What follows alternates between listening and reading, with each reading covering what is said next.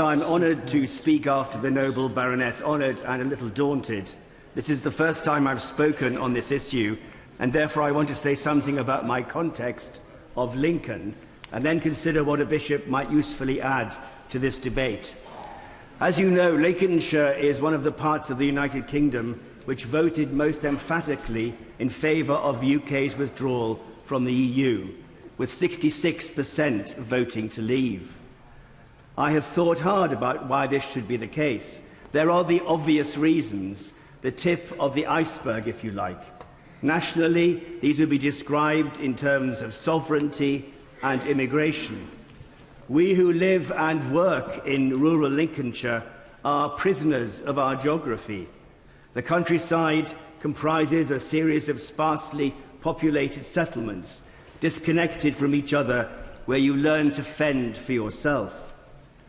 But we're also heavily influenced by our history, in which over the centuries external forces have sought to take control of our land and our laws, sometimes against our best interests. People have come over the centuries to demand money with menaces, to conquer, to trade, to work, and in more recent years, to seek refuge and a better life for their families. Sometimes the people of Lincolnshire have fought back. Occasionally you have even grumbled. But most of the time, as a generous people, we have gone with the flow of all this and adapted. But then there is the part of the iceberg under the water, an international rise in populism, playing on fear, with its accompanying narrative of the purity of what it means in our case to be British or English.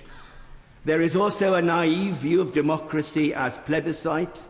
The people have spoken. You don't need to be a polling expert to understand that people vote in elections and referendums for a variety of reasons, some noble, some flawed. The questions in the lanes of Lincolnshire, and I was in a fen village near Holbeach last Sunday, appear to be these. Why is it taking them in London so long to sort this out? And from some more nuanced people, why can't we explore some kind of compromise to get this done? I have heard almost all the speeches in this debate, and I'm grateful for their differing perspectives. I've heard quite a lot of rhetorical certainty, when we really know the situation is extraordinarily complicated and confusing. Over the years, the Church has learned and is learning, sometimes quite painfully, to manage diversity and difference. And it does so by recognising the compromised nature of our institution. I hope the most reverend primates in front of me will forgive me if I say, this side of heaven, the Church is not perfect. One member of your Lordship's House who knew Lincolnshire well, Michael Ramsey, 100th Archbishop of Canterbury, began his ministry there. Ramsey was a brave and challenging thinker and spoke out clearly against injustice, including homophobia and apartheid. But in those early years in Lincolnshire, he counselled the Church of England to understand itself more carefully as a compromised body. He wrote, "The Church of England's credentials are its incompleteness, with tension and travail in its soul. It is clumsy and untidy. It baffles neatness and logic. For it is said not to commend itself as the best type of Christianity, but by its very brokenness to point to the universal church wherein all have died."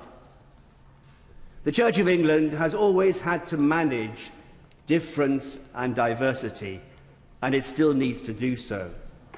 Whatever happens over the next few days, weeks and months, and no one really knows what's going to happen, I suggest as a nation we need to recognise that we are profoundly divided, and we need to manage diversity better.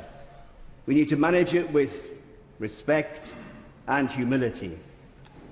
My Lords, the regret motion as worded does present problems for those members of your Lordship's House who might agree with the sentiments about a no-deal Brexit, but are less inclined to dismiss the government's withdrawal agreement in the absence of any worked-through alternative.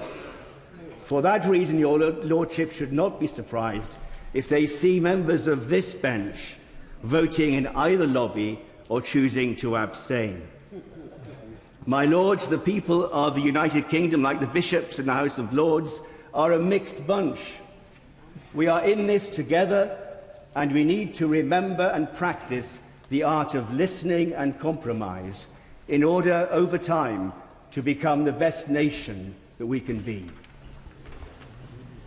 I first draw attention to my